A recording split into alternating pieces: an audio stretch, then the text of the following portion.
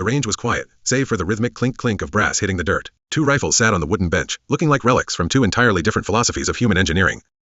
On the left sat the AR-15. It was sleek, black, and modular, less a weapon and more a high-precision instrument. It felt like it had been designed by an aerospace engineer in a sterile lab. On the right lay the AK-47. It was a rugged marriage of stamped steel and worn laminate wood. It looked like it had been forged in a tractor factory by someone who valued survival over aesthetics.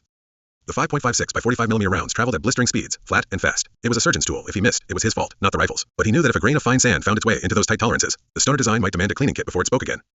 The 7.62 by 39mm rounds were heavier, slower, and hit the steel target with a primitive thud that echoed across the valley. The rifle bucked in his hands, a chaotic dance of a massive gas piston slamming back and forth. It wasn't sub-MOA accurate, but it was minute of man reliable. You could bury this thing in a swamp, kick the dirt out of the barrel, and it would still cycle until the sun went down. If he were headed to a competition where every millimeter counted, he'd grab the AR without a second thought. But if the world were ending and he had to walk across a continent through mud, rain, and grit, he'd reach for the wood and steel.